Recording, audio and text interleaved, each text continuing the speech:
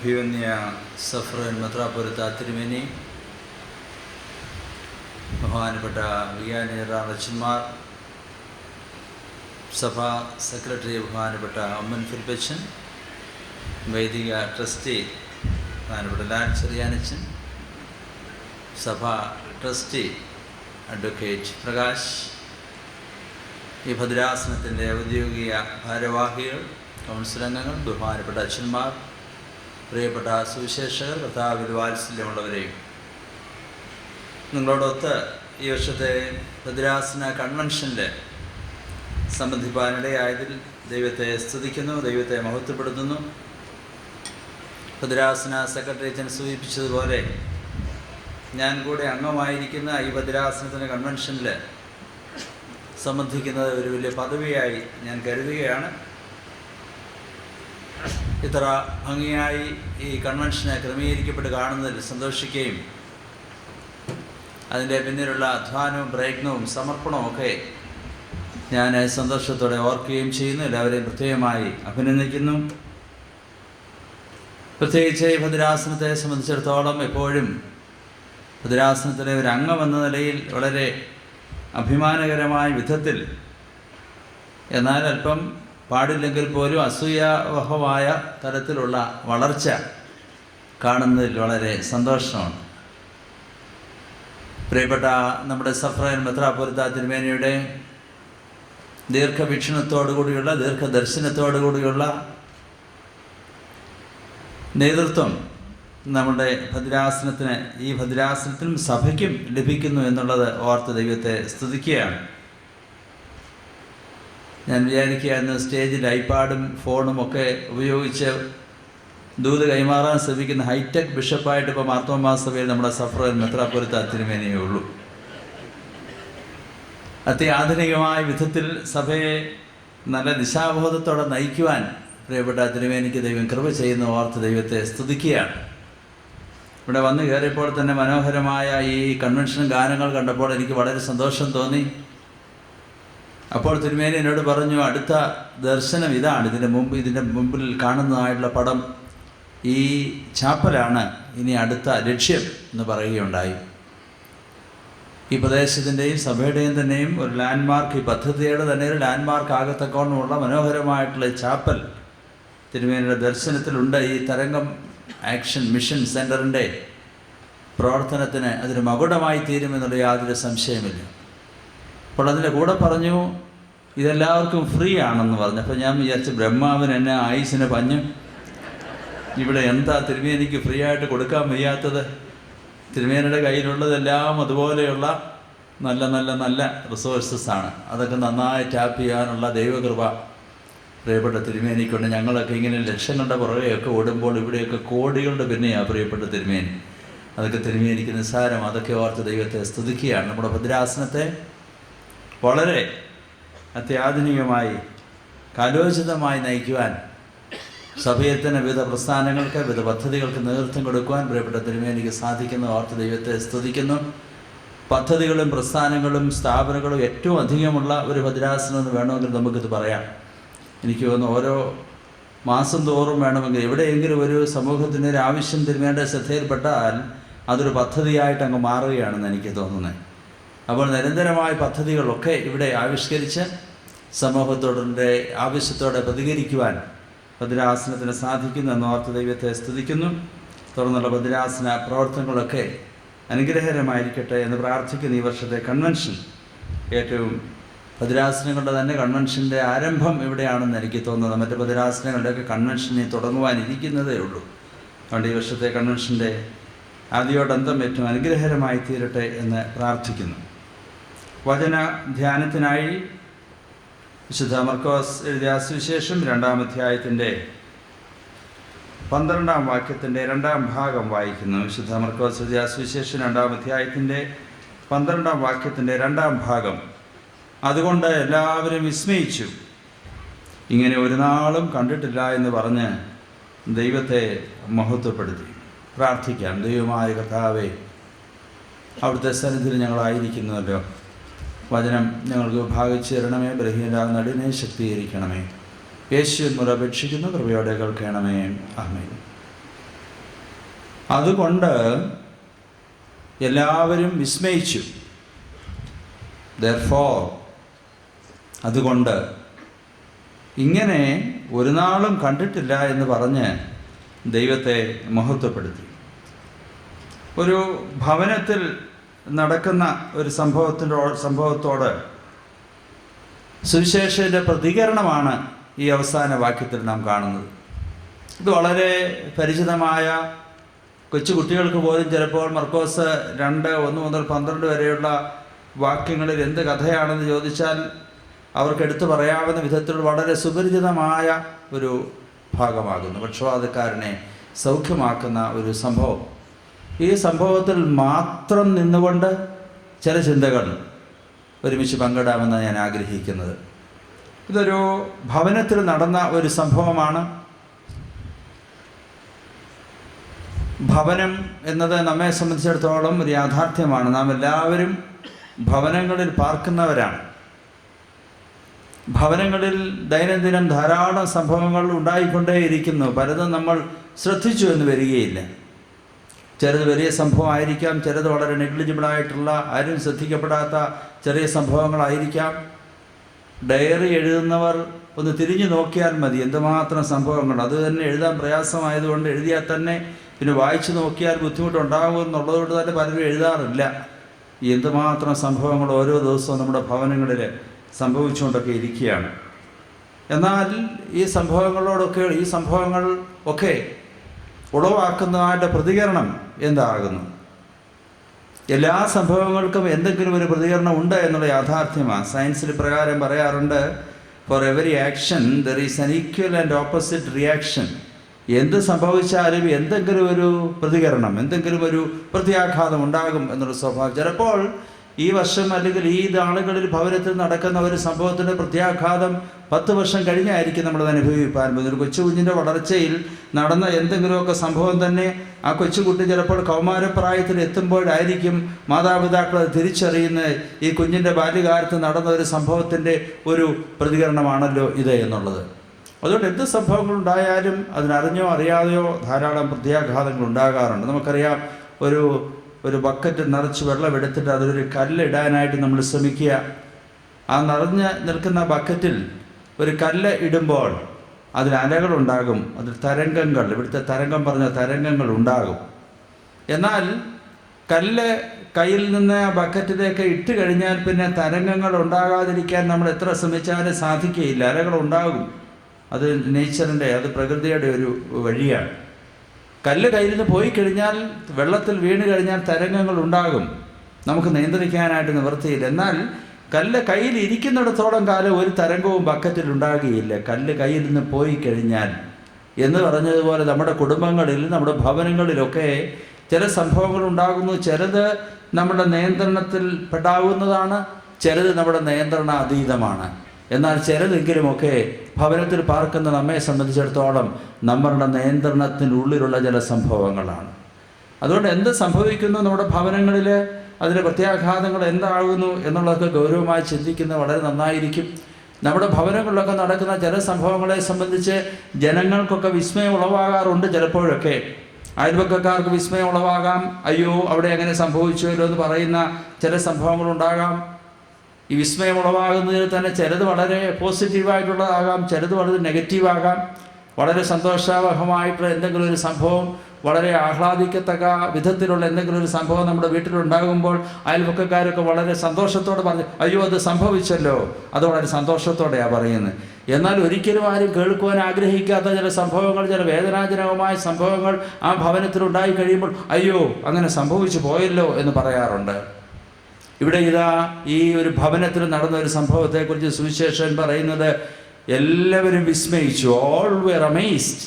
അതുകൊണ്ട് നിൽക്കുന്നില്ല, all glorified God. വിസ്മയം ഉളവാക്കുന്ന മാത്രമല്ല, അതിൻ്റെ അടുത്ത പടി എല്ലാവരും ദൈവത്തെ മഹത്വപ്പെടുത്തി എന്നുള്ളതാണ്. ഇന്ന് പറയുവാൻ ഞാൻ ആഗ്രഹിക്കുന്നത്, നാം വസിക്കുന്ന നമ്മുടെ ഭവനങ്ങളിൽ, നമ്മുടെ വീടുകളിൽ, നമ്മുടെ കുടുംബങ്ങളിൽ നടക്കുന്ന സംഭവങ്ങൾ വിസ്മയം ഉളവാക്കുന്ന സംഭവങ്ങളായിരിക്കാം.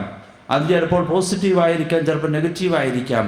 എന്നാൽ ഞാൻ ചോദിക്കട്ടെ, അതിനടുത്തപടിയായി ദൈവത്തെ മഹത്വപ്പെടുത്തുവാൻ ഉതകുന്ന സംഭവങ്ങളാണോ നമ്മുടെ ഭവനങ്ങളിൽ നടക്കുന്നത് എന്ന് ഒന്ന് ഗൗരവമായി ചിന്തിക്കാൻ മാത്രമാണ് ഞാൻ ആഗ്രഹിക്കുന്നത്. ഭവനങ്ങളിൽ നടക്കുന്ന ചെറുതും വലുതുമായ സംഭവങ്ങളിലൂടെ ജനം ദൈവത്തെ മഹത്വപ്പെടുത്തുവാൻ കാരണമായി തീരുന്നോ എന്ന് നമുക്കൊന്ന് ചിന്തിക്കുക. ഇത് ആഗ്രഹിക്കാത്തവർ ആരും ഇന്ന് ഈ കൺവെൻഷനിൽ വന്നിരിക്കുന്നില്ലെന്ന് എനിക്ക് തോന്നുന്നത്. ഞാനിത് പറയുമ്പോൾ ഉള്ളിൻ്റെ ഉള്ളിൽ ഇവിടുന്ന് എല്ലാവരും ആഗ്രഹിക്കുന്നുണ്ട്, ദൈവമേ ഇത് ഞങ്ങളുടെ ഭവനത്തിൽ സംഭവിച്ചിരുന്നു എങ്കിൽ എന്ന് ആഗ്രഹിക്കുന്നവരാണ്. നമ്മുടെ ഭവനത്തിൽ നടക്കുന്ന ഓരോ സംഭവങ്ങളിലൂടെ ജനം വിസ്മയിക്കുന്നതിനൊക്കെ ഉപരിയായി എല്ലാവരും ദൈവത്തെ മഹത്വപ്പെടുത്തുവാൻ കാരണമാകണമെന്ന് നാം ഒക്കെ ആഗ്രഹിക്കുന്നു. എന്നാൽ പലപ്പോഴും ഇത് സംഭവിക്കാറില്ല. ഇവിടെ ഈ ഭവനത്തിൽ നടന്നതായിട്ട് പക്ഷപാതക്കാരൻ്റെ സൗഖ്യം എന്ന ഈ സംഭവത്തിലൂടെ ജനം ദൈവത്തെ മഹത്വപ്പെടുത്താൻ കാരണമായി തീർന്നത് എന്താണ് ഇതിൻ്റെ ഘടകങ്ങളെന്ന് മാത്രം ചുരുക്കമായി പെട്ടെന്ന് പറയാം എന്ന് മാത്രമാണ് ഞാൻ ആഗ്രഹിക്കുന്നത്. ഒന്നാമതായി ഈ ഭാഗം വായിക്കുമ്പോൾ ഞാൻ പറഞ്ഞ പോലെ ഈ ഭാഗത്ത് നിന്നുകൊണ്ട് തന്നെ ചുരുക്കം ചില ചിന്തകൾ ശ്രദ്ധയിൽപ്പെടുത്താം എന്ന് ഞാൻ ആഗ്രഹിക്കുന്നത്. ഒന്നാമതായി വാക്യം 1-ന്റെ ആദ്യത്തെ ഭാഗത്തിൽ അവൻ വീട്ടിൽ ഉണ്ടെന്ന് ശ്രുതി ആയി. Everybody heard the presence of Christ. അവൻ വീട്ടിൽ ഉണ്ടെന്നുള്ള ശ്രുതി ഉണ്ടായി. ഞാൻ കഴിഞ്ഞ ദിവസം ഒരു ജനപ്രതിനിധിയുടെ വീട്ടിൽ പോയി. അദ്ദേഹം അവിടെ ഇല്ലായിരുന്നു. കുറച്ച് ജോലിക്കാർ മാത്രം അവിടെ തിരക്കിട്ട പണികളൊക്കെ ചെയ്തുകൊണ്ടിരിക്കുന്നു. അപ്പോൾ എൻ്റെ കൂടെയുള്ള പട്ടക്കാരൻ പറഞ്ഞു, തിരുവേനി അദ്ദേഹം ഇവിടെ ഉണ്ടെങ്കിൽ, ഈ സ്ഥലത്ത് ഉണ്ടെങ്കിൽ ഈ വീടിൻ്റെ ക്യാമ്പസ് നിറയെ നേരം വെളുക്കുമ്പോൾ ആളായിരിക്കും. അദ്ദേഹം വീട്ടിലുണ്ടെന്നുള്ള ശ്രുതി പരന്നു കഴിഞ്ഞാൽ ആവശ്യക്കാർ, ആവരാതിക്കാർ, പരാതിക്കാർ ധാരാളം ഈ വീടിന് ചുറ്റും കൂടും. ഇദ്ദേഹം ഇവിടെ എത്തിക്കഴിഞ്ഞാൽ അറിഞ്ഞോ അറിയാതെ എല്ലാവരും അറിഞ്ഞിരിക്കും ഇദ്ദേഹം ജനപ്രതിനിധി ഇവിടെ എത്തിയിരിക്കുന്നുവെന്ന്. ഇവിടെ ഇതാ ഈ വീടിനെ കുറിച്ച് പറഞ്ഞിരിക്കുന്നു, യേശു ഈ ഭവനത്തിലുണ്ടെന്നുള്ള ശ്രുതി നാടെങ്ങും പരന്നു. ദൈവ സാന്നിധ്യത്തിൻ്റെ ശ്രുതി അയൽപക്കങ്ങളിലേക്ക് പകരപ്പെടുന്ന ഒരു ഭവനത്തിലെ സംഭവങ്ങളാണ് ദൈവത്തെ മഹത്വപ്പെടുത്തുവാൻ കാരണമായി തീരുന്നത്. എന്താ ദൈവസാന്നിധ്യം മറ്റുള്ളവൻ അറിയാൻ ഇടയാകുന്ന വഴികൾ എങ്ങനെയാണ് നമ്മുടെ ഭവനങ്ങളിൽ യേശു ഉണ്ടെന്നുള്ള സ്തുതി മറ്റുള്ളവരിലേക്ക് പകരുവാനായിട്ട് കഴിയുന്നത്? ചിലപ്പോൾ നമ്മുടെ ഗേറ്റുകളിലൊക്കെ നോക്കിയാൽ ദൈവസാന്നിധ്യമുള്ള ഭവനമാണ്, അല്ലെങ്കിൽ ഒരു വിശ്വാസിയുടെ ഭവനമാണ് എന്നുള്ളതിൻ്റെ തെളിവുകൾ പലപ്പോഴും കണ്ടു എന്ന് വന്നേക്കാം. നമുക്കറിയാം, വേദപുസ്തകത്തിലെ മിക്കവാറും എല്ലാ പേരുകളും ഇന്ന് നമ്മുടെ ഗേറ്റിൻ്റെ മുമ്പിലുണ്ട്. ഒന്നുകിൽ ബഥേലാകാം, അല്ലെങ്കിൽ ഷാലോമാകാം, അല്ലെങ്കിൽ ഹെബ്രോനാകാം, അല്ലെങ്കിൽ ഹെർമോനാകാം, സൈനായി ആകാം. വേദപുസ്തകത്തിലെ എല്ലാ പദങ്ങളും കുഞ്ഞുങ്ങളോട് കാണാൻ പഠിക്കാൻ വേദപുസ്തകം നോക്കണമെന്ന് പറയേണ്ട കാര്യമില്ല. ഈ ഗേറ്റയിലൊക്കെ നോക്കിയാൽ മതി. കാരണം ഗേറ്റയിൽ നോക്കിയാൽ അറിയാം ഇത് ക്രിസ്തു അല്ലെങ്കിൽ ക്രിസ്തുവിൽ വിശ്വസിക്കുന്ന ഒരു കൂട്ടം ആളുകൾ പാർക്കുന്ന ഒരു ഭവനമാണെന്നുള്ളത്. അല്ലെങ്കിൽ ചിലപ്പോൾ ആ ഗേറ്റിന് മുമ്പിൽ കൊടുക്കുന്ന ചില പേരുകളിലൂടെ ഒന്നുകിൽ തോമസ് എന്ന് കാണുമ്പോൾ, അല്ലെങ്കിൽ മാത്യു എന്ന് കാണുമ്പോൾ, അല്ലെങ്കിൽ ചാക്കോ എന്ന് കാണുമ്പോൾ ആളുകൾ ഉടനെ ധരിച്ചുകൊള്ളും ഇതൊരു ക്രിസ്തീയ വിശ്വാസിയുടെ ഭവനമാണെന്നുള്ള. അങ്ങനെ ആരോ ഇങ്ങനെ സ്ട്രീറ്റിൽ കൂടെ പോയപ്പോൾ മിക്കവാറും തോമസ് എന്ന് കണ്ടപ്പോൾ ആരോ പറഞ്ഞെന്നാണ് Kerala is a Thomas producing factory എന്ന് പറഞ്ഞെന്നാണ് പറയുന്നത്. അപ്പോൾ ഈ പേര് കാണുമ്പോൾ തന്നെ ക്രിസ്ത്യാനിയുടെ വീടാ, വീട്ടുപേര് കാണുമ്പോൾ തന്നെ ക്രിസ്ത്യാനിയുടെ വീടാ, ഇതൊക്കെ ഇന്ന് മാറിക്കൊണ്ടിരിക്കുകയാണ്. അല്ല എങ്കിൽ എല്ലാവരുടെയും ശ്രദ്ധയിൽ പെടത്തക്കോണം വീടിൻ്റെ കവാടത്തിൽ തന്നെ കർത്താവ് ഗതശമനായി കിടക്കുന്നൊരു മനോഹരമായ ഫോട്ടോ ആയിരിക്കാം, അല്ലെങ്കിൽ കർത്താവ് ഒരു നല്ല ഇടയനായി കാണുന്ന നല്ലൊരു ഫോട്ടോ ആയിരിക്കാം, അല്ലെങ്കിൽ കർത്താവ് ക്രൂശിന്മേലെ കിടക്കുന്നൊരു ഫോട്ടോ ആയിരിക്കാം. അപ്പോൾ കടന്നു പോകുന്നവർക്ക് ആർക്കും തോന്നാം ഇതൊരു ക്രിസ്ത്യാനിയുടെ വീടാകുന്നുവെന്ന്. അല്ലെങ്കിൽ ചിലപ്പോൾ അകത്തേക്ക് പ്രവേശിക്കുമ്പോൾ മനോഹരമായൊരു എഴുത്ത് കാണാം, Christ is the head of this house, the unseen guest at every meal, a silent listener to every conversation. ഇതൊക്കെ അവിടെ തൂക്കിയിട്ടുകൊണ്ട് തന്നെയാണ് ഉച്ചയൂണിൻ്റെ മേശയ്ക്ക് ചുറ്റും ഇരിക്കുമ്പോൾ ആരെക്കുറിച്ചൊക്കെയോ കുറ്റം പറയുന്നത്. Christ is a silent listener to every conversation. ഇതൊക്കെയാണെന്ന് പലപ്പോഴുമൊക്കെ നമ്മളുടെ വീടുകൾ ക്രിസ്തു വസിക്കുന്ന ഭവനമാണെന്ന് അറിയിപ്പാൻ നമ്മൾ ശ്രമിക്കാറുള്ളത്. അതിൽ തന്നെ ദോഷമൊന്നുമില്ല. ഇന്ന് ഈ പേരുകളൊക്കെ മാറിക്കൊണ്ടിരിക്കുക. ഏബെന്ന് വേണമെന്നോ ആബെന്ന് വേണമെന്നോ തോമസും ചാക്കോ ഒക്കെ മാറി വേറെ പേരുകളൊക്കെ വരാനായിട്ട് തുടങ്ങിയ കാലമാണ്. ഞാൻ പറയട്ടെ, എങ്ങനെയാണ് ക്രിസ്തു ഭവനത്തിലുണ്ടെന്നുള്ള സ്തുതി നാടെങ്ങും പരക്കുവാൻ കാരണമായി തീരുന്നത്? അത് നമ്മുടെ ജീവിതത്തിലൂടെയാണ്, നമ്മുടെ ജീവിത ശൈലിയിലൂടെയാണ്, നമ്മുടെ സ്വഭാവങ്ങളിലൂടെയാണ്, നമ്മുടെ ഇടപെടലിലൂടെയാണ്, മറ്റുള്ളവരുമായിട്ടുള്ള ബന്ധങ്ങളിലൂടെയാണ്. നമ്മുടെ ജീവിതം തന്നെയാണ് അവരനെ വിളിച്ചറിയിക്കുന്നത് ഇവിടെ ക്രിസ്തു വസിക്കുന്ന ഒരു ഭവനമാണെന്നുള്ളത്. നമുക്കറിയാം, ചിലപ്പോൾ നമ്മുടെ സഹോദരന്മാരൊക്കെ മദ്യപിച്ച് ഇങ്ങനെ റോഡിലൂടെയൊക്കെ യാത്ര ചെയ്യുമ്പോൾ ഒരു പള്ളി കാണുമ്പോൾ ചിലപ്പോൾ അവർക്ക് ഭക്തി വർദ്ധിക്കും. പഴയ കാലത്തൊക്കെ ഒരു അച്ഛൻ്റെ വീട് കാണുമ്പോൾ അറിയാതെ അവൻ ഒച്ചയാണ്. പഴയ കാലത്തെ കാര്യമാണ് ഞാൻ പറയുന്നത്. ഇവിടെ ഒരു അച്ഛൻ പാർക്കുന്നു എന്നോ അവൻ്റെ മനസ്സിൽ ആ അബോധാവസ്ഥയിൽ സുബോധം വന്ന് ഒരച്ഛൻ അവിടെ പാർക്കുന്നതെന്ന് അവന് തോന്നുമ്പോൾ അവന് പുതുക്കെ ശബ്ദം അങ്ങ് കുറയ്ക്കും. മദ്യപാനയാണെങ്കിലും ഒരു പുരോഹിതൻ്റെ വീടാണല്ലോ എന്ന് അവൻ്റെ മനസ്സിൽ വരുമ്പോൾ അവൻ ശബ്ദം അങ്ങ് കുറയ്ക്കും.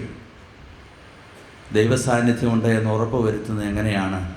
രാവിലെ കുടുംബ പ്രാർത്ഥന കേൾക്കുന്നതായിട്ട് ഭവനങ്ങൾ, ഞായറാഴ്ച തോറും ആരാധനയെ ക്രമമായി സംബന്ധിക്കുന്ന ഭവനങ്ങൾ, ചുറ്റുപാട് പാർക്കുന്നവർ ആരുമായിക്കൊള്ളട്ടെ, ഇതര മതസ്ഥരായിക്കൊള്ളട്ടെ, അവരോട് ഹൃദ്യമായൊരു ബന്ധം പുലർത്തുന്നതായിട്ട് ഭവനങ്ങൾ, ഇതെല്ലാം ദൈവസാന്നിധ്യം ഉറപ്പാക്കുന്ന അതിൻ്റെ അടയാളങ്ങളാണല്ലോ. നമ്മുടെ ഭവനങ്ങളിൽ ക്രിസ്തു വസിക്കുന്ന ഭവനമാണോ എന്നുള്ളത് അവരനറിയുവാൻ അങ്ങനെ കാരണമായിട്ട് തീരും. ഇവിടെ പറയുന്നത് ഒരു വാക്യമേ ഉള്ളൂ, വളരെ ചെറിയൊരു വാക്യമാണ്. Everybody heard the presence of Christ. ഇന്ന് ഈ സന്ധ്യയിൽ ഒന്ന് ചിന്തിക്കുന്നത് നന്നായിരിക്കും. നമ്മുടെ ഭവനങ്ങളിൽ ദൈവം വസിക്കുന്ന ഭവനങ്ങളാണ് എന്നുള്ളത്, ക്രിസ്തു വസിക്കുന്ന ഭവനങ്ങളാണ് എന്നുള്ളത് അവരനറിയുവാൻ തക്കവണ്ണം കാരണമായി തീരുന്നുണ്ടോ? അതോ മറ്റുള്ളവരിൽ നിന്ന് അല്പം പോലും വ്യത്യാസമില്ലാതെ നാടോടുമ്പോൾ നടുവ് ഓടുന്ന കുടുംബങ്ങളാണോ ഭവനങ്ങളാണോ നമ്മളുടെ എന്ന് ചിന്തിക്കുന്നതെന്നായിരിക്കും. ക്രിസ്തു ഭവനത്തിൽ ഉണ്ട് എന്നുള്ള സ്തുതി നാടെങ്ങും പരന്നു. രണ്ടാമതായി ഈ അധ്യായത്തിൻ്റെ രണ്ടാമത്തെ വാക്യത്തിൽ പറയുന്നുണ്ട്, വാതുക്കൽ പോലും ഇടമില്ലാത്ത വണ്ണം പലരും വന്നുകൂടിയ. അപ്പോൾ ദൈവത്തെ മഹത്വപ്പെടുത്തുവാൻ മുഖാന്തരമായി തീരാനുള്ള ഒന്നാമത്തെ പണി ഞാൻ പറഞ്ഞത്, ദൈവം ഭവനത്തിൽ വസിക്കുന്നുണ്ട് എന്നുള്ള ശ്രുതി നാടെങ്ങും പരക്കുന്ന ഒരു ഭവനത്തിലാണ് ദൈവത്തെ മഹത്വപ്പെടുത്തുവാൻ കാരണമായി തീരുന്നത്. രണ്ട്, വാതുക്കൽ പോലും ഇടമില്ലാതെ വണ്ണം ആളുകൾ ആ ഭവനത്തിൽ വന്നുകൂടി.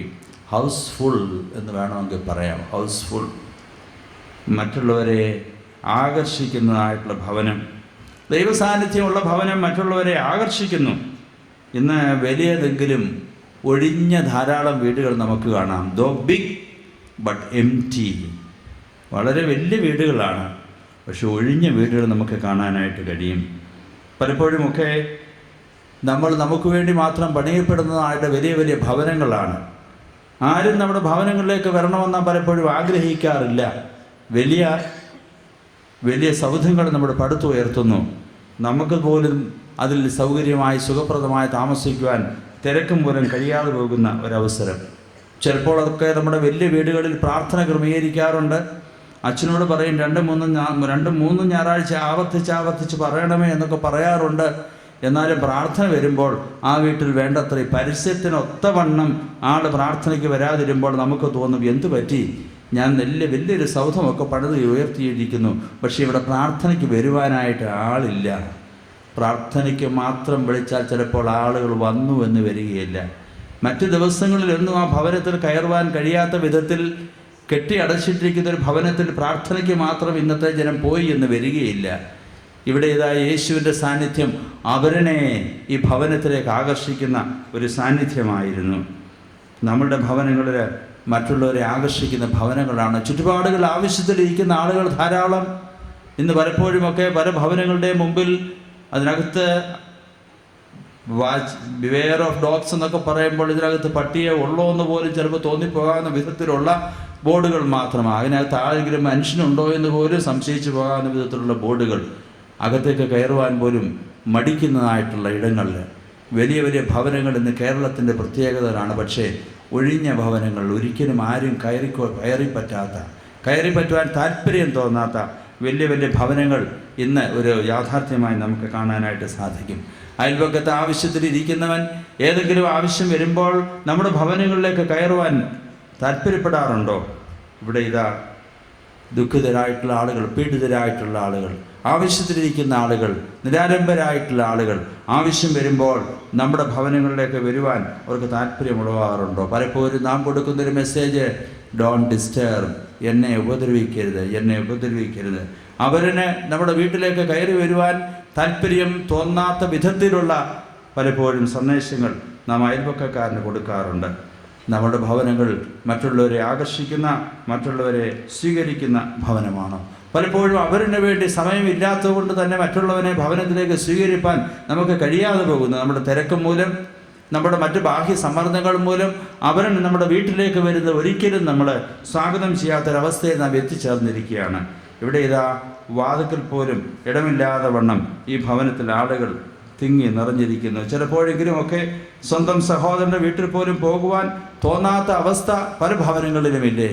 ഇന്ന് കാലം മാറിയതിന് പ്രത്യേക സാഹചര്യത്തിൽ അത്യാവശ്യ സന്ദർഭങ്ങളിൽ മാത്രം സ്വന്തക്കാരുടെ ഭവനങ്ങളിലേക്ക് പോകുന്ന ഒരു സാഹചര്യങ്ങൾ, ആചാരങ്ങളും അനുഷ്ഠാനങ്ങളും വരുമ്പോൾ, കൂദാശകൾ വരുമ്പോൾ, അല്ലെങ്കിൽ ചില വിവാഹം പോലെയുള്ള മംഗളകർമ്മങ്ങൾ വരുമ്പോൾ പോലും വീട്ടിൽ പോകാതെ നേരെ പള്ളിയിലേക്ക് പോകുന്ന, നേരെ ഓഡിറ്റോറിയത്തിലേക്ക് മാത്രം പോകുന്ന ബന്ധങ്ങൾ ആ വിധത്തിലായി തീർന്നിരിക്കുക. കാരണം പലതുമാകാം. വീട്ടിൽ പോകുന്നതിനെക്കാട്ടും നല്ല നേരെ പള്ളിയിൽ ചെന്നാൽ കല്യാണം കഴിഞ്ഞങ്ങ് പോകാമല്ലോ, ആരുമായിട്ട് ഇടപെടേണ്ട കാര്യമില്ലല്ലോ. ആ വിധത്തിലായി തീർന്നിരിക്കുകയാണ്. അവരെ വീട്ടിലേക്ക് ആകർഷിക്കാത്ത വിധത്തിലുള്ള സ്വാർത്ഥത ഇന്ന് പല ഭവനങ്ങളെയും സ്വാധീനിച്ചിരിക്കുകയാണ്. നമ്മുടെ ഭവനങ്ങളിൽ മറ്റുള്ളവരെ ആകർഷിക്കുവാൻ നമുക്ക് കഴിയുന്നുണ്ടോ? ഭവനങ്ങൾ കേവലം ഒരു കെട്ടിടമായി മാറിയിരിക്കുകയാണ്. ഇംഗ്ലീഷിൽ 2 പദങ്ങളാണ് നമ്മൾ ഉപയോഗിക്കാറുള്ളത്. ഹൗസ് എന്ന് പറഞ്ഞാൽ കെട്ടിടങ്ങളാണ്, ഹോം എന്ന് പറഞ്ഞാൽ വ്യത്യാസമാണ്. ഇംഗ്ലീഷിൽ പദപ്രയോഗമുണ്ടല്ലോ, ഫീൽ അറ്റ് ഹോം. ഇന്ന് പലതും വലിയ വീടുകൾ, വലിയ കെട്ടിടങ്ങളാണ്. അത് ഭവനങ്ങളല്ലാതായി തീർന്നിരിക്കുക. It ceases to be a home. അതൊരു ഹൃദ്യതയുള്ള, അതൊരു സൗഹാർദ്ദം നിലനിർത്തുന്ന ഭവനങ്ങളല്ലാതായി തീർന്നിരിക്കുകയാണ്. മുൻകാലങ്ങളിൽ നമ്മുടെ ഭവനങ്ങളിൽ വെച്ച് നടക്കുന്ന കൂദാശകൾ അല്ലെങ്കിൽ ആചാര അനുഷ്ഠാനങ്ങളുമായി ബന്ധപ്പെട്ട് എന്തുമാത്രം ആളുകൾ ഒരുമിച്ച് കൂടിയിരുന്നു. അത് നല്ലൊരു ബന്ധത്തിൻ്റെ ഒരു വലിയ സൗഹൃദ കൂട്ടായ്മയായിരുന്നു. ഇന്നത് അന്യം നിന്ന് പോയിരിക്കുക. അതിൻ്റെ കാരണം സൗകര്യങ്ങൾ വർദ്ധിച്ചത് മാത്രമല്ല, ബന്ധം അറ്റുപോയിക്കൊണ്ടേയിരിക്കുന്നു. അതുകൊണ്ട് തന്നെ സ്വന്തം ഭവനത്തിൽ പോലും പോകുവാൻ ആർക്കും താല്പര്യം വരാത്തൊരു സാഹചര്യം. ഇവിടെ ഇതാ വാതുക്കൽ പോലും ഇടമില്ലാതെ വണ്ണം ഈ ഭവനത്തിൽ ആളെ കൂടിയിരിക്കുന്നു. നമുക്കിന്ന് പലപ്പോഴും മറ്റുള്ളവർക്ക് വേണ്ടി സ്പേസ് കൊടുക്കുവാൻ, വലിയൊരു ഭവനമാണെങ്കിൽ പോലും അവരിന് വേണ്ടി ഇടം കൊടുക്കുവാൻ നമ്മുടെ ഭവനത്തിലില്ലാതെ പോകുന്നു. നമുക്ക് തന്നെ ചിലപ്പോൾ ഇടമില്ലാതെ തോന്നുന്നുണ്ടാകാം നമ്മുടെ ഭവനത്തിൽ. അവരിന് പോലും അല്പം പോലും ഇടം കൊടുക്കുവാൻ, വലിയതെന്ന് തോന്നാവുന്ന ഭവനങ്ങൾ, അവരിന് അല്പം പോലും ഇടം കൊടുക്കാൻ കഴിയാതെ പോകുന്ന വലിയ ഭവനങ്ങൾ. ഇവിടെ ഇതാ വാതുക്കിൽ പോലും ഇടമില്ലാതെ ആളുകൾ തിങ്ങി നിൽക്കുന്നു. അവിടെയാണ് ദൈവത്തെ മഹത്വപ്പെടുത്താൻ കഴിയും. ആവശ്യത്തിലിരിക്കുന്നവർ സങ്കോചമില്ലാതെ, മടിയില്ലാതെ നമ്മുടെ ഭവനത്തിലേക്ക് വരണമെന്ന് തോന്നുന്നു എങ്കിൽ അവിടെ നടക്കുന്ന സംഭവങ്ങൾ ജനം ദൈവത്തെ മഹത്വപ്പെടുത്താൻ കാരണമായി തീരും. 3-ാമതായി ഇതാ 2-ാം വാക്യത്തിൻ്റെ അവസാന ഭാഗത്ത് പറയുന്നു, അവരോട് വചനം പ്രസ്താവിച്ചു. അവരോട് വചനം പ്രസ്താവിച്ചു. വചനം പ്രസ്താവിക്കപ്പെടേണ്ട ഇടങ്ങളാണ് ഭവനങ്ങൾ. വചനം ധ്യാനിക്കേണ്ട ഇടങ്ങളാണ് ഭവനങ്ങൾ. ഇവിടെ ഇതാ വചനം പ്രസ്താവിക്കപ്പെടുന്ന ഒരു ഭവനമാകുന്നു. മറ്റൊരർത്ഥത്തിൽ പറഞ്ഞാൽ പ്രാർത്ഥനയ്ക്ക് ഇടമുള്ള ഭവനങ്ങളിലാണ് ജനം ദൈവത്തെ മഹത്വപ്പെടുത്തുവാൻ കാരണമായിത്തീരുന്നത്. വേദപുസ്തകത്തിലെ കർത്താവിൻ്റെ പരസ്യ ശുശ്രൂഷയിൽ പല ഭവനങ്ങളെക്കുറിച്ച് നമുക്ക് കാണുവാനായിട്ട് കഴിയും. ബഥാന്യയുടെയും മാർത്തയുടെയും മറിയയുടെയും ഭവനം, ലാസറിൻ്റെയും ഭവനം. യേശു കർത്താവ് സാധാരണ ബഥാന്യയിലൂടെയൊക്കെ പോകുമ്പോൾ ഈ ഭവനത്തിൽ കയറുമായിരുന്നു. അവിടെ കയറുമ്പോൾ ലൂക്കോസിൻ്റെ സുവിശേഷം 11-ാം അധ്യായത്തിൻ്റെ അവസാനം 10-ാം അധ്യായത്തിൻ്റെ അവസാന ഭാഗം നാം വായിക്കുമ്പോൾ പറയുന്നുണ്ട്, യേശു കർത്താവ് ആ ഭവനത്തിൽ കയറി. മാർത്ത ശുശ്രൂഷിച്ചു, മറിയയോ കർത്താവിൻ്റെ കാൽക്കലിരുന്ന് വചനം പഠിച്ചുകൊണ്ടിരുന്നു. ഒരു സാധാരണ ദിവസമാണ്. മനുഷ്യ ആയുസിൻ്റെ 50% സാധാരണ ജീവിതാനുഭവങ്ങൾ കൂടെയാണ് മനുഷ്യൻ കടന്നു പോകുന്നതെന്നാണ് പറയുന്നത്. പ്രത്യേകിച്ചൊന്നും എടുത്തു പറയാനില്ല. എവറിതിങ് ഗോസ് ആസ് യൂഷ്വൽ, സാധാരണ ജീവിതാനുഭവങ്ങൾ. ബാക്കിയുള്ള 50%-ൽ 25% മനുഷ്യ ആയുസ്സിൽ വളരെ വളരെ വേദനാജനകമായ അനുഭവങ്ങൾ കൂടെ കടന്നുപോയി എന്ന് വന്നേക്കാം. ബാക്കിയുള്ള 25% ചിലപ്പോൾ വളരെ ആഹ്ലാദകരമായ, വളരെ സെലിബ്രേറ്റീവായിട്ട് അവസരങ്ങൾ ഉണ്ടായി എന്ന് വന്നേക്കാം. ഇവിടെ ഇതാ മാർത്തയുടെയും മറിയയുടെയും ഭവനത്തിൽ ഒരു സാധാരണ ദിവസം യേശു കർത്താവ് ഭവനത്തിൽ ചെല്ലുമ്പോൾ കർത്താവിൻ്റെ കാൽക്കൽ ഇരുന്ന് വചനം പഠിക്കുന്നതായിട്ടുള്ള മാർത്ത. അവിടെ നടന്ന പല സംഭവങ്ങൾ നാം അവലോകനം ചെയ്ത് നോക്കുമ്പോൾ വിശ്വസിച്ചാൽ നീ ദൈവത്തിൻ്റെ മഹത്വം കാണുമെന്ന് കർത്താവ് പറയുന്നൊരവസ്ഥ. യേശു സ്നേഹിച്ചത് ഭവനമായിരുന്നു എങ്കിൽ പോലും, കർത്താവിൻ്റെ കാൽക്കലിരുന്ന് വചനം പഠിച്ചുകൊണ്ടിരുന്നത് ഭവനമായിരുന്നു എങ്കിൽ പോലും, ലാസറിൻ്റെ മരണം ആ സഹോദരന്മാരെ ദുഃഖത്തിലാഴ്ത്തി. ഇതാ സുഖമില്ലാതെ കിടക്കുന്ന നാളറിയിച്ചപ്പോൾ വരാതെ വൈകിപ്പോയ യേശു കർത്താവ് 4-ാമത്തെ ദിവസം അവിടെ വരുന്നു. പുറകുറുക്കാൻ ഒന്നുമില്ല. ബഥാന്യ ഗ്രാമത്തിൻ്റെ അരികിൽ വന്ന് കാത്തിരുന്ന യേശുവിനെ സമീപിക്കുന്ന മാർത്തയും മറിയയും ഒരുപോലെ പറയുന്നു, കർത്താവേ, നീ ഇവിടെ ഉണ്ടായിരുന്നുവെങ്കിൽ എൻ്റെ സഹോദരൻ മരിക്കുകയില്ലായിരുന്നു. മറിയ കരഞ്ഞപ്പോൾ യേശുവിനെ കുറിച്ച് പറയുന്നത്, യേശു ഉള്ളം നൊന്ത് കലങ്ങി. യേശു കണ്ണുനീർ വാർത്തു. ആ ഭവനത്തിൽ ദൈവത്തിൻ്റെ മഹത്വം കണ്ടത് എങ്ങനെയാണ്? ലാസറെ പുറത്തു വരിക. കർത്താവിൻ്റെ കാൽക്കിരുന്ന് വചനം പഠിക്കുന്ന ഭവനം. ഇന്ന് നമ്മുടെ ജീവിതത്തിലെ സാധാരണ ജീവിതാനുഭവങ്ങളാണ് ധാരാളമായിട്ടുള്ളത്. പ്രത്യേകിച്ച് എടുത്തു പറയാൻ ഒന്നുമില്ല. വേദനാജനകമായ അനുഭവങ്ങളില്ല, വളരെ ആഹ്ലാദിക്കത്ത അനുഭവങ്ങളില്ല, സാധാരണ ജീവിതാനുഭവങ്ങൾ. എവിടെയാണ് വചനത്തിൻ്റെ പ്രസക്തി ഇന്ന്? എവിടെയാണ് പ്രാർത്ഥനയ്ക്ക് ഇന്ന് സ്ഥാനമുള്ളത്? എവിടെയാണ് ദൈവത്തിന് മുൻപാകെ മുട്ടുകുത്തുവാനായിട്ട് കഴിയുന്നത്? ഇവിടെ ഇതാ ഈ ഭവനത്തിൽ ഒരു അൾത്താര ഉണ്ടായിരുന്നു എന്ന് അതിൻ്റെ അർത്ഥം. ഒരു ഓൾട്ടർ, ഒരു അൾത്താരയുള്ള ഭവനങ്ങളിലാണ് ജനം ദൈവത്തെ മഹത്വപ്പെടുത്തുവാൻ കാരണമായിത്തീരുന്നത്. ഞാൻ ഓർക്കുന്നു, വളരെ വേദനാജനകമായൊരു സന്തോഷകരമായൊരു അനുഭവത്തിലൂടെ കടന്നുപോയൊരു ഭവനത്തിൽ യാദൃശ്ചികമായി സന്ദർശിച്ചു. അവരൊരിക്കലും പ്രതീക്ഷിക്കുന്നില്ല ആ ഭവനത്തിൽ അന്നേരം പട്ടക്കാരൻ്റെ സാന്നിധ്യം. ധാരാളം അദർശ്യമായിട്ടുള്ള, അത് ഇൻവിസിബിൾ ഗസ്റ്റ് എന്ന് വേണമെങ്കിൽ പറയാം. ആ വീടിൻ്റെ പടിക്കൽ ചെന്നപ്പോൾ ധാരാളം ഗസ്റ്റ് അവിടെ ഉള്ളതായിട്ട് തോന്നി. ഒരു കുഞ്ഞിൻ്റെ ബർത്ത്ഡേ ആഘോഷിക്കുകയാണ്. പട്ടക്കാരൻ അറിഞ്ഞില്ല, പട്ടക്കാരൻ അറിഞ്ഞും കേട്ടും ചെന്നതാണ്. അവിടെ ചെന്നപ്പോൾ പട്ടക്കാരൻ ഒഴികെ ബാക്കിയുള്ള എല്ലാവരും ആ വീട്ടിലുണ്ട്. ബർത്ത്ഡേ ആഘോഷിക്കാൻ വന്നിരിക്കുകയാണ്. പട്ടക്കാരൻ ആ വീടിനകത്തേക്ക്, ഞാൻ തന്നെയാണ് പട്ടക്കാരൻ, ആ വീടിനകത്തെ കോളിംഗ് ബില്ലൊക്കെ അടിച്ച് ആ വീടിൻ്റെ വാതിക്കൽ ചെന്നപ്പോൾ ജനാലയം ഒന്ന് മാറ്റി, കർട്ടനൊന്ന് മാറ്റി നോക്കിയപ്പോൾ പ്രതീക്ഷിക്കാത്ത വിധത്തിൽ എന്നെ അവിടെ കണ്ടു. അപ്പോൾ പറയുന്നു, അച്ഛാ ഒരു മിനിറ്റിന് പകരം 3-5 മിനിറ്റ് എടുത്തു. കാരണം സ്റ്റേജ് ഒന്ന് മാറണ്ടേ, സീനൊന്ന് മാറണ്ടേ. പട്ടക്കാരനെ അകത്തേക്ക് കയറ്റത്തക്കോണം വേദവസ്തു എടുത്ത് വെക്കണം, കുരിശെടുത്ത് വെക്കണം, പിന്നെ സാമ്പ്രാണി കത്തിച്ചേ ഒക്കുള്ളൂ പട്ടക്കാരൻ അതിനകത്ത് കയറണമെങ്കിൽ. എല്ലാവരും പാഞ്ഞ് ഏതോ മുറികളിലേക്ക് പാഞ്ഞു പോയി. എവിടെയാണ് അൾത്താരയ്ക്കുന്ന സ്ഥാനം? സാധാരണ ജീവിതാനുഭവങ്ങളിൽ, ആഘോഷകരമായ വേളകളിൽ പ്രതിസന്ധികൾ അടിക്കടി വർദ്ധിച്ചുകൊണ്ടിരിക്കുമ്പോൾ അറിഞ്ഞോ അറിയാതെയോ അൾത്താരയ്ക്കുള്ള സ്ഥാനം ഭവനങ്ങളിൽ ഇല്ലാതെ പോകുന്നു. ഇവിടെ ഇതാ യേശു വചനം പ്രസ്താവിച്ചുകൊണ്ടേയിരുന്ന ആ ഭവനത്തിൽ. അപ്പോൾ വചനം പ്രസ്താവിച്ചുകൊണ്ടിരിക്കുന്ന ഭവനങ്ങളിലാണ്, വചനം ധ്യാനിക്കുന്ന ഭവനങ്ങളിലാണ്, അൾത്താരയുള്ള ഭവനങ്ങളിലാണ് ജനം ദൈവത്തെ മഹത്വപ്പെടുത്തുവാൻ കാരണമായിത്തീരുന്നത്. നമ്മുടെ ഭവനങ്ങളിൽ ഇന്ന് പലപ്പോഴും ഇതിന് സമയം കണ്ടെത്താൻ നമുക്ക് കഴിയാതെ പോകുന്നു. ഇന്ന് പലപ്പോൾ വീട്ടുപ്രാർത്ഥനയില്ല. നമ്മളെ സംബന്ധിച്ചിടത്തോളം വീട്ടിൽ പ്രാർത്ഥനയില്ലാതെ പൊതുവിൽ പ്രാർത്ഥനയ്ക്കായൊക്കെ നടക്കാൻ നമുക്ക് ധാരാളം വെമ്പൽ കാണിക്കാറുണ്ട്. വീട്ടുപ്രാർത്ഥനയില്ല, പക്ഷേ സമൂഹത്തിൽ പോയി പ്രാർത്ഥിക്കുന്നു. പള്ളിയിൽ പ്രാർത്ഥനയ്ക്ക് ക്രമമായി പോകുന്നുണ്ട്. അത് ശുശ്രൂഷയുടെ ഭവനങ്ങളിൽ സംഭവിക്കാം. ഇതൊക്കെ വീട്ടിൽ അൾത്താരയില്ല, പള്ളിയിലെ അൾത്താരയിൽ പോയി ശുശ്രൂഷ ചെയ്യുന്നുണ്ട്. സെഖര്യാവിനെ കുറിച്ച് വേദപുസ്തകത്തിൽ പറയുന്ന, ധൂപം കാട്ടുവാനായിട്ട് ചെന്നപ്പോൾ സെഖര്യാവിനോട് പറയുന്നത്, നിന്റെ പ്രാർത്ഥനയ്ക്ക് ഉത്തരമായി നീ അവരിന് വേണ്ടി പ്രാർത്ഥിച്ചുകൊണ്ടിരിക്കുകയായിരിക്കാം, ആ പ്രാർത്ഥന ദൈവം കേൾക്കുന്നുണ്ട്. ഇവിടെ ഇതാ നിന്റെ പ്രാർത്ഥനയ്ക്ക് ഉത്തരമായി. ആർക്കു വേണ്ടി? നീ നിനക്ക് വേണ്ടി പ്രാർത്ഥിക്കാൻ കടപ്പെട്ടവനാണ്.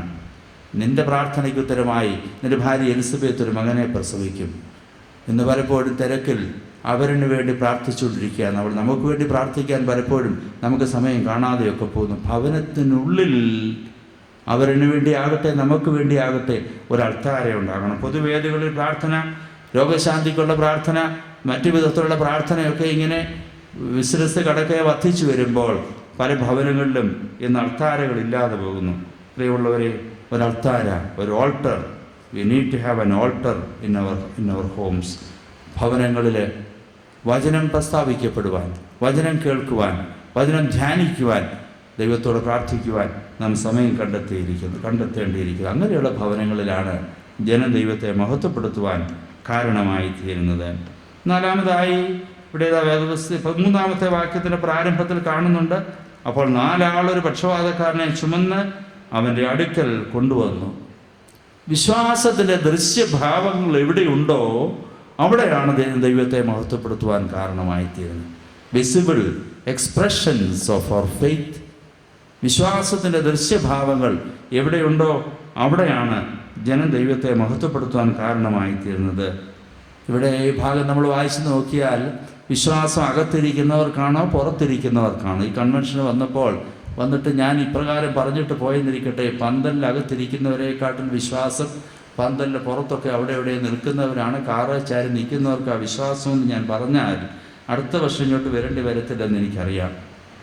അകത്തിരിക്കുന്നവർക്കോ വിശ്വാസം, പുറത്തിരിക്കുന്നവർക്കോ. യേശു കർത്താവിനെ കേൾക്കുവാൻ കഫർനഹൂമിലെ വീട്ടിൽ വാതിക്കൽ പോലും ഇടവില്ലാതെ ആൾ തിങ്ങി നിറഞ്ഞിരിക്കുകയാണ്. എന്നാൽ ഇതാ പുറത്ത് 4 ആളുകൾ. അവരുടെ വിശ്വാസമാണ് യേശു കർത്താവ് ഇവിടെ മാനിക്കുന്നത് നമുക്ക് മനസ്സിലാക്കുക. എന്താ അവരുടെ വിശ്വാസത്തിൻ്റെ പ്രത്യേകത? ഈ അകത്ത് വന്നിരിക്കുന്നവരെല്ലാവരും തന്നെ യേശുവിനോട് അടുത്തിരിക്കുകയാണ്. ഇംഗ്ലീഷിൽ ഇപ്രകാരം പറയുന്നത്, nearer to the God, nearer to the church is far away from God എന്ന് പറയാറുണ്ട്. പലപ്പോഴും ഒക്കെ അടുത്തിരിക്കുന്നവർ വാസ്തവത്തിൽ അകന്നിരിക്കുന്നവരാണെന്നാണ്. ഇവിടുത്തെ കാര്യമല്ല ഞാൻ പറയുന്നത്. പന്തലിൻ്റെ അകത്തിരിക്കുന്നവരോ സ്റ്റേജിനോട് അടുത്തിരിക്കുന്നവരോ ഒക്കെ അകന്നിരിക്കുന്നവരാണെന്ന് പറഞ്ഞാൽ, കഫർന്നഹൂമിലെ അകത്ത് ധാരാളം ആളുകളുണ്ട്. അക്കൂട്ടത്തിൽ എൻ്റെ ചിന്തയിൽ ഈ പക്ഷപാതക്കാരൻ്റെ മോനും മരുമോളും അവിടെ ഉണ്ടെന്നാണ് എൻ്റെ വിചാരം. പക്ഷപാതക്കാരൻ്റെ 3 നേരത്തേക്കുള്ള ഭക്ഷണമൊക്കെ നമ്മൾ പോകുമ്പോഴൊക്കെ ഇങ്ങനെ എടുത്ത് വെക്കുമല്ലോ. രാവിലെ ഗുളിക എടുത്ത് വെക്കുന്ന പോലെ ബ്രേക്ക്ഫാസ്റ്റിൻ്റെ പാക്കറ്റ് ഇത്, ലഞ്ചിൻ്റെ പാക്കറ്റ് ഇത്, ഡിന്നറിൻ്റെ പാക്കറ്റ് ഇത്, എന്നിട്ട് യോഗം കേൾക്കാൻ പോവുക. നിസ്സഹായനായ ആ മനുഷ്യനെ ഇട്ടിട്ട് ഇവിടെ വന്ന് അകത്തിരുന്ന് പ്രാർത്ഥനയ്ക്ക് സംബന്ധിക്കുന്ന വിശ്വാസികൾ ആ കഫർന്നഹൂമിലുണ്ട്, ഇന്നിവിടെയും ഉണ്ടാകാം. വീട്ടിൽ നിസ്സഹായാവസ്ഥയിലേക്ക് ഞാൻ പറയും, വാർദ്ധക്യത്തിരിക്കുന്ന മാതാപിതാക്കളെ ഇട്ടിട്ട് 2 വർഷം പണിക്ക് പള്ളിയിൽ പോയില്ലെങ്കിലും ദൈവം ഒന്നും ചോദിക്കാനില്ല. വാർദ്ധക്യത്തിരിക്കുന്ന മാതാപിതാക്കളെ ഭവനത്തിലിട്ടിട്ട് പള്ളിയിൽ പോകാതിരിക്കുന്നതിന് ദൈവം ന്യായം വിധിക്കത്തില്ലെന്ന് എനിക്ക് തോന്നുന്നത്. മാതാവിനെയും പിതാവിനെയും ശുശ്രൂഷിക്കുന്നതാണ് ദൈവസേവ. മറന്നു പോകരുത്. നിസ്സഹായാവസ്ഥയിൽ കഴിയുന്ന ഈ മനുഷ്യനെ ശ്രദ്ധിക്കാതെ ഇവിടെ ഇതാ ആളുകൾ ഈ ഭവനത്തിൽ വന്നിരിക്കുന്നു. എന്നാൽ ഈ 4 ആളുകളുടെ ശ്രദ്ധയിലുണ്ടായി, ഇതാ സൗഖ്യം നൽകുന്ന ഒരു മനുഷ്യൻ ഈ ഭവനത്തിനുള്ളിലുണ്ട്. സൗഖ്യം ആവശ്യമുള്ള ഒരു മനുഷ്യൻ ഇതാ ഒരു വീട്ടിൽ നിസ്സഹായനായി കഴിയുന്നു. അവർ ഈ മനുഷ്യനെ ഈ ഭവനത്തിലേക്ക് കൊണ്ടുവരുന്നു. അവരുടെ വിശ്വാസം കണ്ടു. അപ്പോൾ ആർക്കാ വിശ്വാസം? ഈ അകത്ത് പ്രാർത്ഥിച്ചുകൊണ്ടിരിക്കുന്ന, അകത്ത് കർത്താവിനെ കേട്ടുകൊണ്ടിരിക്കുന്നവരുടെ വിശ്വാസത്തെക്കാൾ വലിയ വിശ്വാസം ഈ 4 ആളുകളുടെ വിശ്വാസമാണ്. അതിനാണ് ഞാൻ പറഞ്ഞത്, വിശ്വാസത്തിൻ്റെ ദൃശ്യഭാവങ്ങൾ ഇന്ന് നമ്മുടെ ഭവനങ്ങളിൽ ഉണ്ടാകണം. ദൃശ്യഭാവങ്ങൾ. മാതാവിൻ്റെ വിശ്വാസം, മാതാപിതാക്കളുടെ വിശ്വാസം മക്കൾ കാണണം. മക്കളുടെ വിശ്വാസം മാതാപിതാക്കൾ കാണണം. ഭാര്യയുടെ വിശ്വാസം ഭർത്താവ് കാണണം. ഭർത്താവിൻ്റെ വിശ്വാസം ഭാര്യ കാണണം. ദൃശ്യഭാവങ്ങൾ നമ്മുടെ ഭവനങ്ങളിൽ ഉണ്ടായേ മതിയാകുകയുള്ളൂ. ഞാൻ അല്പം അനുഭവ സാക്ഷ്യത്തോടെ പറയുകയാണെങ്കിൽ ഞാൻ പറയുന്നു, 93-ാം വയസ്സിൽ മരിച്ച് 2 ആഴ്ച മുമ്പാണ് അമ്മച്ചി മരിച്ച്. ഞങ്ങളുടെ എൻ്റെ അമ്മച്ചിയെ സംബന്ധിച്ചിടത്തോളം എനിക്ക് അനുഭവരസത്തോടെ പറയുവാൻ കഴിയും. ഞാൻ ശ്രദ്ധിച്ച നാൾ മുതൽ വിശ്വാസത്തിൻ്റെ ദൃശ്യഭാവം ഈ പ്രിയപ്പെട്ട സാധാരണക്കാരിയായ മാതാവിൽ ദർശിപ്പാൻ എനിക്ക് കഴിഞ്ഞിരുന്നു. അതോർത്ത് ഞാൻ ദൈവത്തെ സ്തുതിക്കുകയാണ്. അത് ബന്ധങ്ങളിലാകട്ടെ, നൽകലിലാകട്ടെ, പ്രാർത്ഥനയിലാകട്ടെ, സഭാസ്നേഹത്തിലാകട്ടെ, എന്തിനുമാകട്ടെ, അതോർത്ത് ഞാൻ ദൈവത്തെ സ്തുതിക്കുകയാണ്. നമ്മുടെ ഭവനങ്ങളിൽ മാതാപിതാക്കളിൽ ഈ വിശ്വാസത്തിൻ്റെ ദൃശ്യഭാവം കാണാനായിട്ട് കഴിയണം. മക്കൾ വളർന്നു വരുന്ന ക്രമം അനുസരിച്ച് അവരുടെ ഈ വിശ്വാസത്തിൻ്റെ ദൃശ്യഭാവം പ്രകടിപ്പിക്കപ്പെടേണ്ടത് ആവശ്യമാണ്.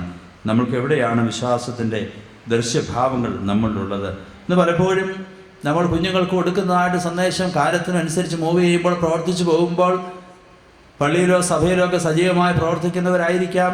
എന്തെങ്കിലും പ്രത്യേക സാഹചര്യങ്ങളിൽ അല്പം വഴിവിട്ട് പ്രവർത്തിക്കുമ്പോൾ ചിലപ്പോൾ നമ്മുടെ കുഞ്ഞുങ്ങൾ നമ്മുടെ നേരെ വിരൽ ചൂണ്ടി ചോദിക്കുന്നുണ്ടാവാം, പപ്പ, മമ്മി, വൈ ദിസ്? എന്തുകൊണ്ട് ഇങ്ങനെ? നമ്മൾ പള്ളിയിൽ പോകുന്നവരാണല്ലോ, ആരാധനയിൽ സംബന്ധിക്കുന്നവരാണല്ലോ, വിശുദ്ധ കുർബാനയിൽ പങ്കുകൊള്ളുന്നവരാണല്ലോ. ഇത് സാധ്യമാണോ, ശരിയാണോ എന്ന് ചോദിക്കുമ്പോൾ അറിഞ്ഞോ അറിയാതെ നമ്മൾ അവരോട് പറയാറുണ്ട്, യു ഡോണ്ട് വറി. വിശ്വാസത്തിൻ്റെ ദൃശ്യഭാവങ്ങൾ എൻ്റെ ഭവനത്തിൻ്റെ 4 ചുവരുകൾക്കുള്ളിൽ ഉണ്ടാകണം. ഇവിടെ ഇതാ 4 ആളുകൾ പക്ഷപാതക്കാരനുമായി യേശുവിൻ്റെ അടുത്തേക്ക് വരുന്നു.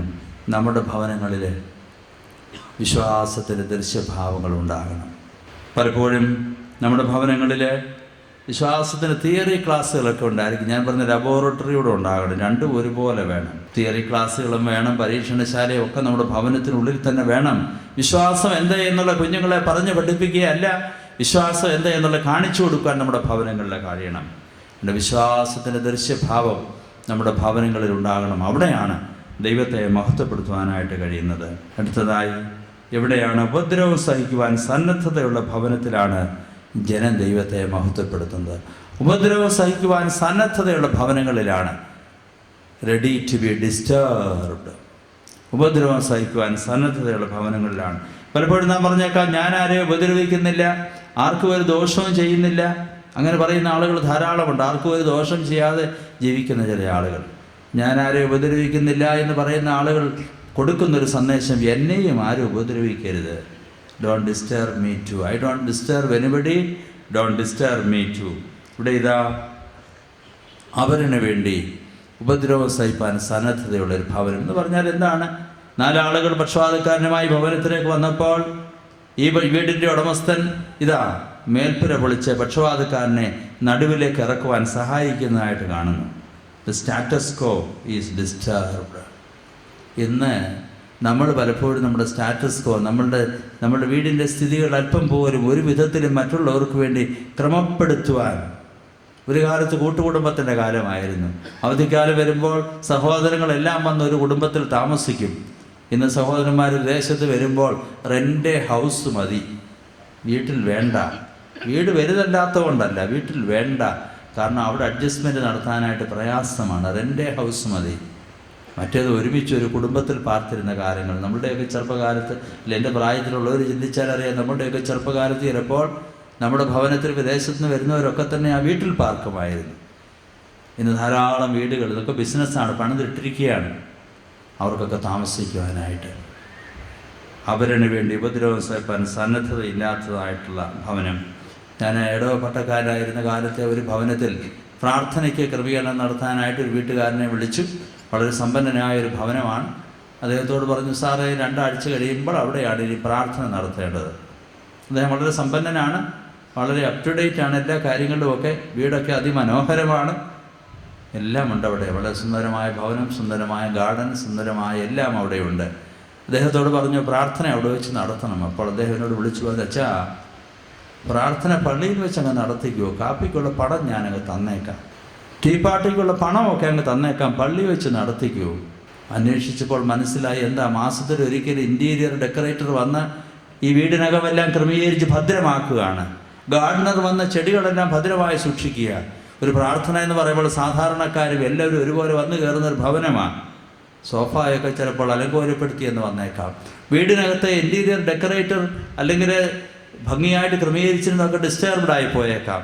പിള്ളേർ വരുമ്പോൾ ഗാർഡനിൽ കയറി പൂവൊക്കെ പറിച്ചു എന്ന് വന്നേക്കാം. ഇതൊന്നും വേണ്ട, അങ്ങ് പള്ളിയിലങ്ങ് വന്നോട്ടെ. എല്ലാവരും പള്ളിയിൽ എത്ര പേര് കയറി എങ്ങനെയൊക്കെ ആക്കിയാലും കുഴപ്പമില്ലല്ലോ, പൊതുസ്ഥലമാണല്ലോ. നമ്മുടെ ഭവനത്തിൽ ആളുകൾ വന്ന് പ്രാർത്ഥിക്കാൻ ഒരുപെടുമ്പോൾ പോലും not ready to be disturbed. അങ്ങനെയുള്ള ചിലരൊക്കെ പിന്നെ വിളിച്ചു വരുത്തി പ്രാർത്ഥിപ്പിച്ചിട്ടുണ്ട്. അത് വേറൊരു സംഗതി, വിളിച്ചു വരുത്തി പ്രാർത്ഥിപ്പിച്ചിട്ടുണ്ട്. Not ready to be disturbed. ഇവിടെ ഇതാ ഈ വീട്ടുകാരൻ സന്നദ്ധ പ്രകടിപ്പിക്കുന്നു. നമുക്ക് അന്നത്തെ പലസ്തീൻ നാട്ടിലെ പശ്ചാത്തലത്തിൽ വളരെ എളുപ്പമായിരുന്നത് കരുതിയാൽ പോലും, പലസ്തീൻ നാട്ടിലെ വീടുകളുടെ സ്ഥിതി അതായതുകൊണ്ട് ഒരു വേൽക്കുര മാറ്റുവാൻ എളുപ്പമായിരുന്നു കരുതിയാൽ പോലും, വില്ലിങ്നെസ്, അവരന് വേണ്ടി അല്പം ഉപദ്രവിക്കപ്പെടുവാൻ, അവരന് വേണ്ടി അല്പം ക്രമീകരണം ചെയ്യുവാൻ സന്നദ്ധത പുറപ്പെടുവിച്ച ഒരു ഭവനത്തിൽ മാത്രമേ ജനദൈവത്തെ മഹത്വപ്പെടുത്തുവാൻ കാരണമായി തീരുകയുള്ളൂ. ആരെങ്കിലുമൊക്കെ നമ്മുടെ വീടുകളിൽ കയറി വന്നാൽ ഉപദ്രവം സഹിക്കുക എന്ന് പറഞ്ഞ് ചിലപ്പോൾ ഒരു ഗ്ലാസ് വെള്ളം കൊടുക്കേണ്ടി വരികയില്ലേ? ചിലപ്പോൾ അല്ലെങ്കിൽ ഇന്ന് വേറെ ദൈവത്തിൽ സൽക്കരിക്കേണ്ടി വരികയില്ലേ? വീട്ടിൽ വരാതിരുന്നാൽ കുഴപ്പമില്ലല്ലോ. ഇന്ന് കേറ്ററിംഗ് സർവീസൊക്കെ വളരെ അങ്ങ് ബൂം ചെയ്യുകയാണ്. ഇതിൻ്റെ കാരണം എന്നാ? വീട്ടിലൊന്നും ആർക്കും ഉണ്ടാക്കി ആർക്കും കൊടുക്കാനായിട്ട് വയ്യ. 4-5 പേര് വീട്ടിൽ അതിഥികളായി വന്നാലും ഉടനെ അങ്ങ് ഓർഡർ ചെയ്തുകൊള്ളുക. മറ്റേ വീട്ടിലൊക്കെ ഉണ്ടാക്കാനൊക്കെ അറിയാമായിരുന്നു. ഇപ്പോൾ ആർക്കും ഒന്നും അറിയില്ല. 5 പേരെ ഉള്ളവർ ഓർഡർ ചെയ്യുക. ഞാൻ പറയാറുണ്ട്, എൻ്റെ ചിന്തയല്ലോ, order is the order of the time. എല്ലാം ഓർഡർ ചെയ്തുകൊള്ളുക. 5 പേര് വന്നാലും ഓർഡർ ചെയ്തോളൂ. അവർക്ക് ഭക്ഷണമൊന്നും ഉണ്ടാക്കണ്ടല്ലോ, പൈസ ആയിട്ട് കൊടുത്താൽ മതിയല്ലോ. അതിഥികളെ ക്ഷണിച്ചാൽ അവർക്ക് വേണ്ടി അല്പം ബുദ്ധിമുട്ടാൻ ഇന്ന് താല്പര്യമില്ലാത്തതായിട്ട് മനോഭാവങ്ങൾ. വിവാഹ ക്രമീകരണങ്ങളൊക്കെ വരുമ്പോൾ നമുക്കറിയാം, ഇവൻ്റ് മാനേജേഴ്സാണ്. അതൊരു ബൂമിങ് ബിസിനസ്സാണ്. ഇവൻ്റ് മാനേജേഴ്സാണ്. അതിഥികളെയൊക്കെ വിളിക്കുന്ന പോലും, കല്യാണത്തിന് വീട്ടുകാരെ വിളിക്കുന്ന പോലും ഇവൻ്റ് മാനേജേഴ്സാണെന്നാണ് എൻ്റെ വിചാരം. ചിലപ്പോഴൊക്കെ എന്നെയൊക്കെ വിളിക്കുമ്പോൾ ഞാൻ മേക്ക് ഷുവർ വരുത്തും, വീട്ടുകാരൻ തന്നെ ആണോ വിളിക്കുന്നത് അതോ ഇവൻ്റ് മാനേജറാണോ വിളിക്കുന്നത്. ചിലപ്പോൾ ആ പുള്ളിയായിരിക്കും. മെത്രാച്ചനെ കൂടെ വിളിക്കാനും ഏൽപ്പിക്കുക. വീട്ടുകാരന് ബന്ധപ്പാടില്ലല്ലോ. കൈമുത്ത് തരാൻ ആരെയെങ്കിലും ഏൽപ്പിച്ചിരിക്കുക. ചിലപ്പോൾ സംഭവിക്കാറുണ്ട്, കൈമുത്ത് തരാൻ ആരെയെങ്കിലും ഏൽപ്പിച്ചിരിക്കുക. ഒരു കാലത്ത് ചെറുക്കനും പെണ്ണും കൂടെ വന്ന് കൈമുത്ത് തരുന്നൊരു കാലമുണ്ടായിരുന്നു. മാതാവും പിതാവും കൂടെ, അല്ലെങ്കിൽ മാതാവോ പിതാവോ വന്ന് കൈമുത്ത് തരുന്ന കാലമുണ്ടായിരുന്നു. ഇപ്പോൾ വീട്ടുകാരൊന്നും ആവണമെന്നേ ഇല്ല. ഒരു ഊഴിയം പോക്ക്, ഒരു ചടങ്ങ്, ആരാധന കഴിയുമ്പോൾ, സംഗതികൾ കഴിയുമ്പോൾ ഭക്ഷണം. സൈഡ് റൂമിൽ പറഞ്ഞേക്കും, ട്രസ്റ്റി ഏൽപ്പിച്ചേക്കും, അച്ഛനെ ഏൽപ്പിച്ചേക്കും, തിരുമേനിക്ക് ഒരു ഭക്ഷണം കൊടുത്താട്ടെ. കൊച്ചു കാര്യങ്ങളാണ്. അവരിന് വേണ്ടി അല്പം പോലും ഉപദ്രവം സഹിക്കുവാൻ, അവരിന് വേണ്ടി അല്പം പോലും സമയം വേർതിരിക്കുവാൻ, അവരിന് വേണ്ടി അല്പം പോലും ഇടം കൊടുക്കുവാൻ താല്പര്യമില്ലാത്ത ഇടങ്ങൾ എങ്ങനെ ദൈവത്തെ മഹത്വപ്പെടുത്താൻ കാരണമായി തീരും. ഇവിടെ ഇതാ അവരിന് വേണ്ടി മേൽപ്പുര പൊളിച്ചു മാറ്റുവാൻ സന്നദ്ധതയുള്ളൊരു ഭവനം, അവിടെയാണ് ജനം ദൈവത്തെ മഹത്വപ്പെടുത്തുന്നത്. പ്രിയമുള്ളവരെ, നമ്മുടെ ഭവനങ്ങളിൽ അവരിന് വേണ്ടി ഉപദ്രവം സഹിക്കുവാൻ, അത് സമയമാകട്ടെ, അത് പണമാകട്ടെ, നമ്മുടെ കഴിവുകളാകട്ടെ, നമ്മുടെ ജീവിതത്തിലെ ചില ക്രമങ്ങളാകട്ടെ, ഇതൊക്കെ ഒന്ന് ഡിസ്റ്റേബിൾ ആകുവാൻ നമുക്ക് കഴിയുന്നുണ്ടോ?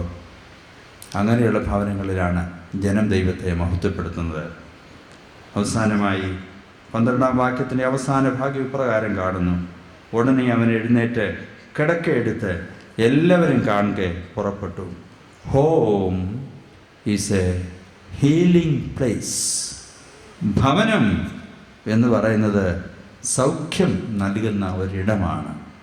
അവിടെയാണ് ജനം ദൈവത്തെ മഹത്വപ്പെടുത്തുവാൻ കാരണമായത്. അവിടെ ഞാൻ മുമ്പേ പറഞ്ഞത്, ഹോമല്ലാതെ തീരുന്നത്, അല്ലാതായി തീരുന്നത് എവിടെയാണ്?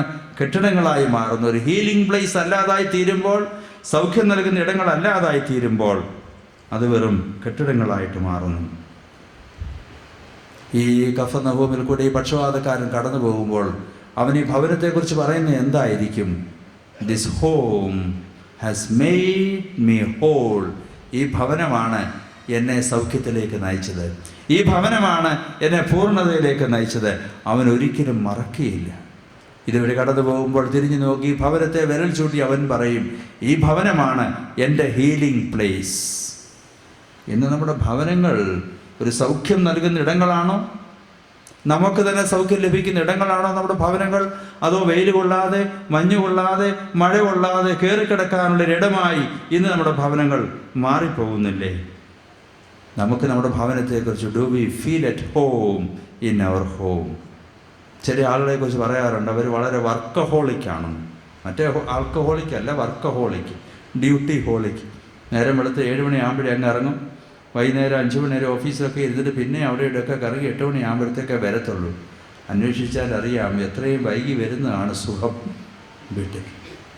നാട്ടുകാരുടെ ശ്രദ്ധയിൽ വളരെ കർമ്മനിരതനാണ്. അത് പള്ളിക്കാര്യത്തിലും അങ്ങനെ ചിലരൊക്കെ ഉണ്ട്. നേരം വെളുത്ത് ഇറങ്ങിക്കഴിഞ്ഞാൽ അവരെ വൈകുന്നേരം വരെ പള്ളിയുടെ പുറകെ ആയിരിക്കും. വീട്ടിൽ വൈകി ചെന്ന് കിടക്കാൻ നേരം ചെന്നാൽ പോരെ? അങ്ങനെ തോന്നുന്ന ചില ഇടങ്ങളുണ്ടെന്ന് എൻ്റെ വിചാരം. വർക്കഹോളിക് എന്ന് പറയും.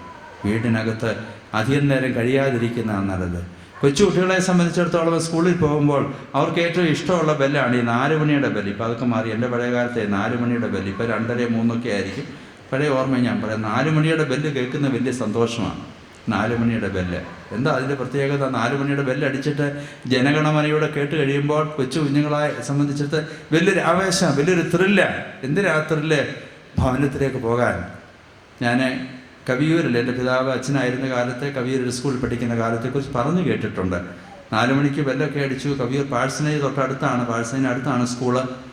അപ്പോൾ 4 മണിയൊക്കെ ആയപ്പോൾ ബെല്ലടിച്ചു, ജനഗണമനയൊക്കെ പാടി അങ്ങോട്ട് കഴിഞ്ഞപ്പോൾ വീട്ടിൽ പോകാനുള്ള ആവേശത്തിൽ തനി ഭാഷയിൽ പറഞ്ഞാൽ അത് വലിയ ശബ്ദം ഉണ്ടാക്കി, അല്ലെങ്കിൽ കൂവി എന്നാണ് പറയുന്നത്. ഒരു കൂവി. അന്നത്തെ ഹെഡ് മാസ്റ്റർ കൂവലിനെ പറ്റിയ ഒരു കിഴുക്കും തന്നെന്നാണ് പറയുന്നത്. വലിയൊരു ആവേശമായിരുന്നു വീട്ടിലേക്ക് പോകാൻ. എന്താ കാര്യം? എന്നാ? എൻ്റെ അമ്മച്ചി കാത്തിരിക്കുക. കാച്ചിൽ പുഴുങ്ങിയത്, അല്ലെങ്കിൽ കപ്പ പുഴുങ്ങിയത്, അല്ലെങ്കിൽ അന്ന് കട്ടൻ കാപ്പിയുമായി അമ്മച്ചി കാത്തിരിക്കുക. 2ാം ക്ലാസ്സോ 3ാം ക്ലാസ്സിലോ പഠിക്കുമ്പോൾ ആ വീട്ടിലേക്ക് ചെല്ലാനുള്ള ഒരു ലോങ്ങിങ്. പ്രായമേറും തോറുമ്പോൾ അറിയാതെ വീട്ടിലേക്ക് പോകാനുള്ള ഈ ലോങ്ങിങ് നഷ്ടമായി പോകുന്നു, ഈ കാത്തിരിപ്പ് നഷ്ടമായി പോകുന്നു.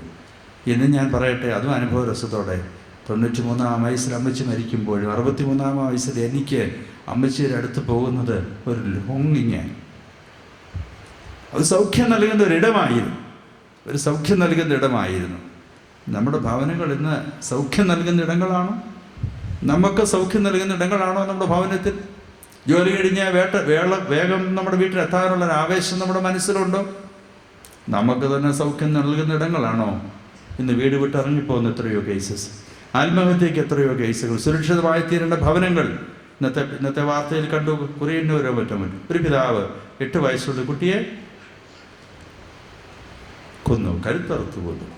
സുരക്ഷിതമായി തീരേണ്ട ഭവനം ഹീലിംഗ് പ്ലേസ് ആണോ, അതോ വോണ്ടിങ് പ്ലേസ് ആണോ?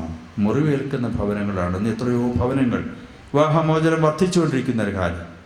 ഓരോ ഭദ്രാസനങ്ങളിലും ഞങ്ങളുടെ അടുത്ത് വരുന്ന ആൾ കേസസ്, ഇന്നലെയും ലീഗൽ അഫയേഴ്സ് കമ്മിറ്റി കൂടിയപ്പോൾ 10ഓളം കേസസിനാണ് 7-8 കേസസിനാണ് അനുവാദം കൊടുത്തു പുനർമാരേജ്. നേരിട്ട് സഭയിലെത്ത് വരാത്ത കേസുകൾ ധാരാളം.